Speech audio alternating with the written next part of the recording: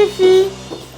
Allez, lambada. Oui, oui, ma peureuse. 10 ans que Charlotte Kerglonou passe ses matinées en salle de traite avec celles qu'elle appelle ses collègues de travail.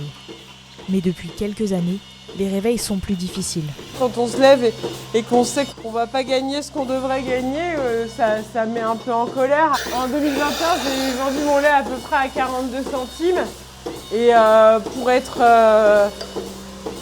correctement rémunéré, il faudrait au moins qu'il soit à 50 centimes, quoi, pour pouvoir payer correctement nos factures, quoi. Dès qu'elle retire son tablier, impossible d'oublier ses dettes. L'agricultrice se retrouve face à une pile de courriers.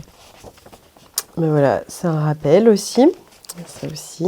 Et ça, c'est toutes les factures que je n'ai pas payées. Et donc, ça représente à peu près 25 000 €. Je ne voyais pas trop de solutions ces derniers temps. Mais bon, il va bien falloir s'y mettre et commencer à payer, quoi.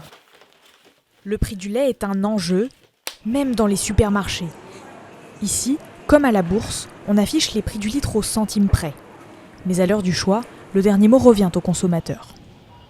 Donc il y a le budget qui rentre en ligne de compte, c'est sûr. J'ai choisi le plus bas prix, moins cher. Moi, je suis prête à mettre le prix un peu plus fort s'il le faut pour soutenir les agriculteurs français. Il n'y a aucun souci. Face à la crise, François Bouilly a décidé de changer de modèle. Comme de plus en plus d'agriculteurs, il a choisi de se diversifier pour moins dépendre des acheteurs. Il vend toujours 90% de son lait au prix du marché, mais transforme lui-même les 10% restants en fromage. Le gros avantage, c'est que c'est moi qui fixe mes prix, mes clients, et en plus de ça, comme on fait toutes les étapes donc de transformation, d'affinage et de vente, voilà, on récupère 100% de la valeur ajoutée. Mais construire un atelier a un coût. Il a emprunté 200 000 €. On va s'occuper des raclettes, il reste celle-là à faire. Et embaucher sa sœur à temps plein. Un investissement en argent, mais aussi en temps de travail. Entre un litre de lait vendu et un litre de lait transformé, on a à peu près 5 fois plus de travail. On va dire hors saison, on est sur 70 heures semaine. Changer de modèle, est-ce l'avenir pour les éleveurs laitiers ? Dans ce lycée agricole, les formateurs y croient. Voilà. Depuis 2 ans, On prend les yaourts, allez-y les filles. les élèves apprennent ici à transformer le lait en yaourt. On leur montre aussi qu'ils peuvent transformer leurs propres produits pour avoir un prix de vente qu'ils vont fixer eux-mêmes en fait, et ils vont avoir le même toute l'année. Ils vont produire du lait en sachant combien ils vont le vendre. Parce qu'aujourd'hui, c'est pas le cas. Dans la salle de traite du lycée, les futurs producteurs ne sont pas tous convaincus. La moitié des élèves ont des parents agriculteurs.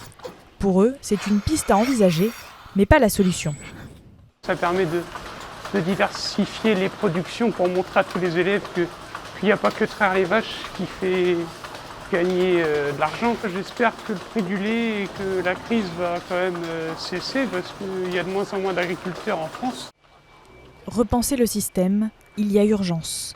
43% des éleveurs laitiers vont prendre leur retraite dans les 5 prochaines années.